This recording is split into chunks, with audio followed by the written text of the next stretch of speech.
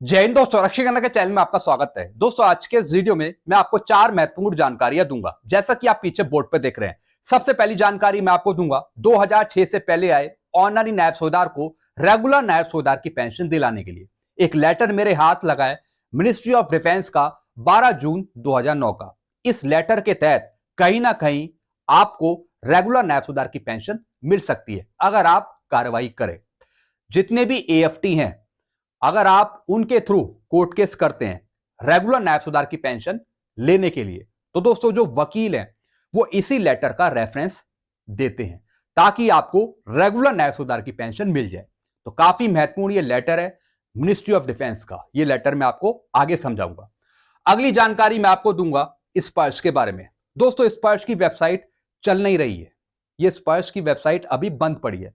काफी पेंशनर सवाल पूछ रहे हैं कि सर स्पर्श की वेबसाइट नहीं चल रही है, क्या हमारी पेंशन तो नहीं रुक जाएगी मार्च की, या फिर जो हमारा डेटा है उसमें कुछ गड़बड़ तो नहीं होगी। एक अपडेट मैं आपको दूंगा। अगली जानकारी दोस्तों मैं आपको दूंगा ईसीएचएस के बारे में। ईसीएचएस का एक लेटर निकाला गया है, कुछ अपडेट दी है ईसीएचएस से जुड़ी। एक लेटर मैं आपको समझाऊंगा ईसीएचएस का। अगली जानकारी मैं आपको दूंगा डीए अप्रूवल के बारे में। एक खबर आई है और दोस्तों ये खबर दी है द मिथ न्यूज ने। 12 मार्च की एक खबर है। इनके द्वारा बताया जा रहा है कि अगले हफ्ते आपका डीए अप्रूव हो सकता है। इन्होंने एक मीटिंग की तारीख भी दी है, यूनियन कैबिनेट मीटिंग की। एक खबर आ रही है, इसके बारे में आगे बात करेंगे। तो दोस्तों बस यही जानकारी है जो मैं आपको देने वाला हूं, इसलिए इस वीडियो को आप शुरू से लेकर आखिरी तक देखिएगा। वीडियो में आगे बढ़ने से पहले एक छोटी सी अपील मैं आपसे कर रहा हूं। अगर आप पहली बार मेरा चैनल देख रहे हैं या फिर ये वीडियो देख रहे हैं तो आप मेरा चैनल सब्सक्राइब भी कर सकते हैं, जिसका नाम है रक्षित खन्ना, क्योंकि ऐसी जानकारी है, सही जानकारी आपको मिलती रहती है इस चैनल के माध्यम से। सबसे पहली जानकारी है मिनिस्ट्री ऑफ डिफेंस का एक लेटर 12 जून 2009 का। और दोस्तों ये लेटर भेजा गया था पहले chief of the army staff को, और ये लेटर है ऑनरी रैंक को बेनिफिट देने के लिए। सब्जेक्ट है इसका notional pay fixation of honorary rank for the purpose of pension recommendation of the 6th central pay commission contain in para 5.1.62। छठे पे कमीशन की रिकमेंडेशन के आधार पे छठे पे कमीशन का एक पैरा है दोस्तों, वो पैरा है 5.1.62। और दोस्तों इसका एक चैप्टर है 5th। उसके अनुसार जो ऑनरी रैंक है उनको फायदा दिया जाए। किसका फायदा दिया जाए? पेंशन का, पेंशन बढ़ाने का। और दोस्तों वो कौन सा रैंक है? हवलदार, जिनको ऑनरी ग्रांट हुई है। अब दोस्तों जो अगला पैरा है ये काफी महत्वपूर्ण है आपके लिए, जरा ध्यान से समझिएगा। क्या लिखा है इसमें? I am directed to say that in pursuance of government decision on the recommendation of the 6th central pay commission contain in para 5.1.62 of chapter 5th of the report. यानी मुझे यह कहने का निर्देश प्राप्त हुआ है, छठे पे कमीशन का एक चैप्टर है, चैप्टर 5th, उसका एक पैरा है 5.1.62। इसके अनुसार यह डिसीजन लिया गया है ऑनरी रैंक ऑफ नायब सूबेदार ग्रांटेड टू हवलदार, जिन हवलदारों को ऑनरी रैंक मिली हुई है नायब सूबेदार की, अब उनको कैसे बेनिफिट देना है? And benefit of fitment in the pay band and the higher grade pay will be allowed notionally. यानी ऑनरी नायब सूबेदार को एक हायर ग्रेड पे दिया जाए, नोशनली उनकी पेंशन फिक्स करी जाए। किस रैंक की? नायब सूबेदार रैंक की। यही इसमें लिखा हुआ है और कोर्ट भी इसी लेटर का जिक्र करते हैं। क्या लिखा है दोस्तों, एक बार फिर से मैं आपको समझाता हूं। ऑनरी रैंक ऑफ नायब सूबेदार ग्रांटेड टू हवलदार will be notionally considered, notionally consider किया जाए, नोशनली फिक्सेशन किया जाए, एक अगले ग्रेड पे का ऑनरी रैंक को फायदा दिया जाए रेगुलर नायब सूबेदार का, एक अगले ग्रेड पे में एक हायर नोशनली फिक्स किया जाए। यह लिखा है इसमें। कौन सी रैंक का? हायर ग्रेड ऑफ नायब सूबेदार rank. And benefit of fitment in the pay band and the higher grade pay will be allowed notionally for the purpose of fixation of pension only. यानी पेंशन पे सिर्फ उसका benefit दिया जाए, सिर्फ pension pay, not other benefit. यानी जिन हवलदारों को honorary grant हुई है नायब सूबेदार की, उनको हायर साइड पे दिया जाए। कौन सी हायर साइड? नायब सूबेदार की, एक हायर नोशनली लेवल की। Accordingly additional element of pension of rupees ₹100 per month payable to havildar granted honorary rank of नायब सूबेदार as per Section 137 of pension regulation for the army part 1। इसी का दोस्तों एक रूल है जिसमें दोस्तों पहले ऑनरी नायब सूबेदार को ₹100 पर मंथ पेंशन मिलती थी। ₹100 छठे पे कमीशन की बात नहीं है, छठे पे कमीशन से मैं पहले की बात कर रहा हूं। ₹100 मिलता था दोस्तों ऑनरी नायब सूबेदार को, यानी एक हवलदार के बराबर। अब दोस्तों इसमें आगे क्या लिखा है, द नोशनल फिक्सेशन ऑफ पे इन द रैंक ऑफ नायब सूबेदार will not be taken into account for payment of retirement gratuity, encashment of leave and composite transfer grant, यानी जो अदर बेनिफिट हैं वो नहीं दिए जाएंगे, सिर्फ पेंशन बढ़ाई जाएगी, पेंशन पे बेनिफिट मिलेगा अगर नोशनल फिक्सेशन किया जाता है। यानी नायब सूबेदार का जो रैंक मिलेगा, नायब सूबेदार का जो बेनिफिट मिलेगा वो मिलेगा सिर्फ pension pay, not for other benefits like gratuity, commutation या फिर कंपोजिट ट्रांसफर ग्रांट। सिर्फ पेंशन बढ़ेगी, बाकी ग्रेजुटी कम्यूटेशन नहीं बढ़ेगा उनका। This letter take effect from 1 January 2006, 1/1/2006 से ये एप्लीकेबल होगा, 1/1/2006 से। तो दोस्तों मिनिस्ट्री ऑफ डिफेंस ने इस लेटर में क्लियर लिखा हुआ है, लेकिन तब भी पेंशन डिस्पेंसिंग एजेंसी ऑनरी नायब सूबेदार को रेगुलर नायब सूबेदार की पेंशन नहीं दे रही। ऐसी एक्स ग्रुप का है, एक्स ग्रुप को कहीं ना कहीं बेनिफिट मिल रहा है, लेकिन दोस्तों वाई ग्रुप की सबसे बड़ी दिक्कत है। तो इस लेटर को आधार मानकर आप कार्रवाई कर सकते हैं। हम भी इस लेटर के बेस पर हम कार्रवाई कर रहे हैं ताकि ऑनरी नायब सूबेदार को रेगुलर नायब सूबेदार की पेंशन मिल सके। This issue with the concurrence of finance division of this ministry vide their UO number इतना इतना इतना।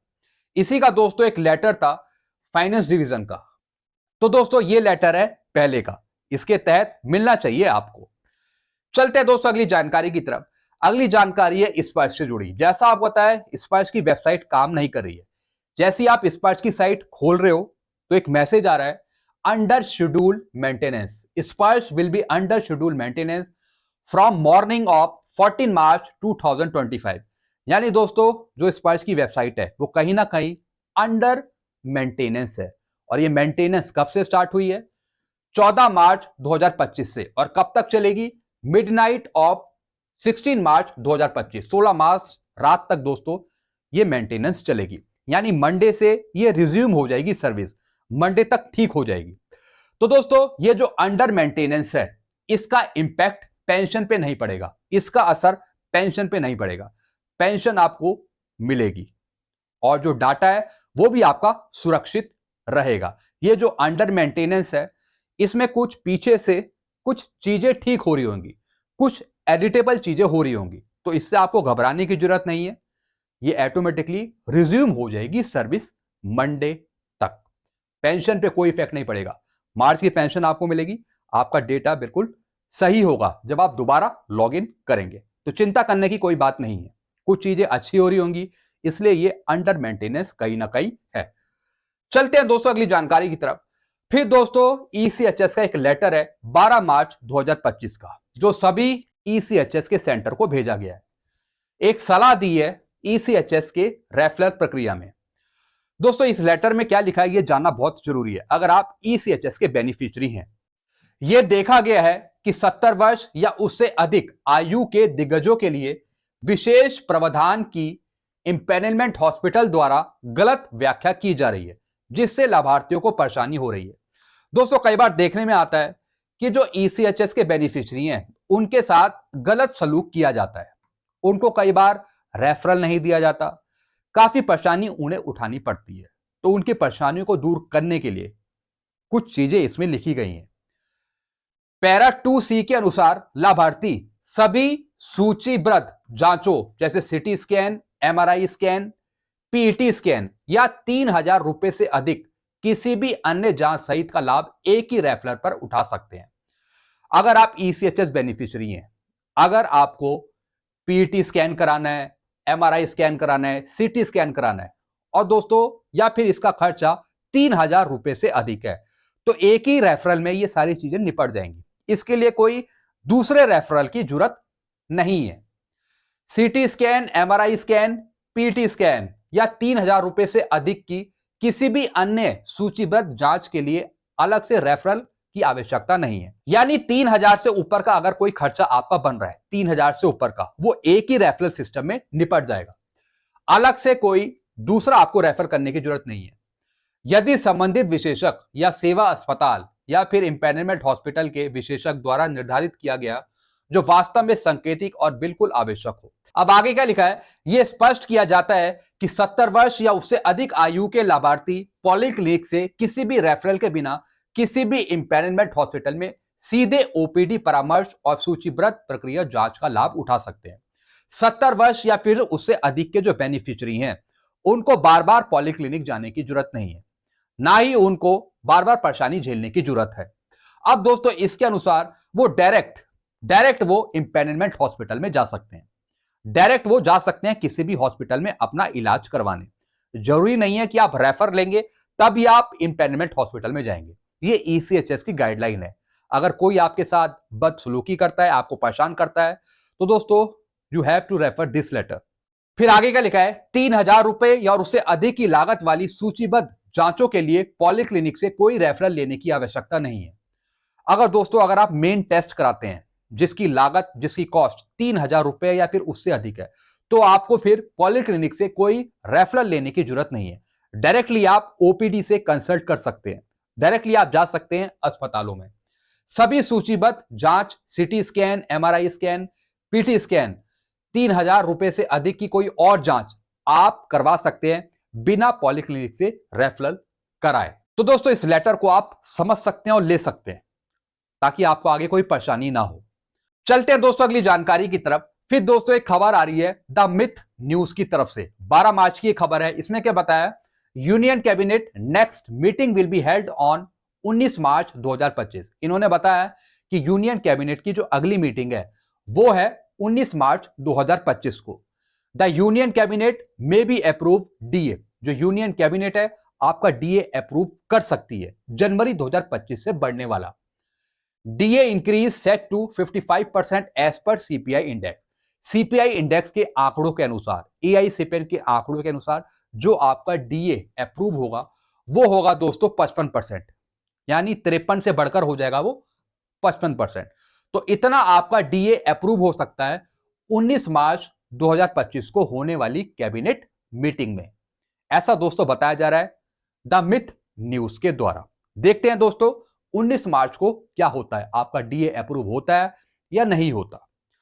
तो दोस्तों बस यही जानकारियां थी जो मैं लेके आया था। आई होप सारी जानकारी आप अच्छे से समझ होंगे। वीडियो आपको अच्छा लगता है, वीडियो को लाइक कर सकते हैं और चैनल को आप सब्सक्राइब करना मत भूलेगा, क्योंकि ऐसी जानकारियां आपको मिलती रहती हैं इस चैनल के माध्यम से। Thank you so much.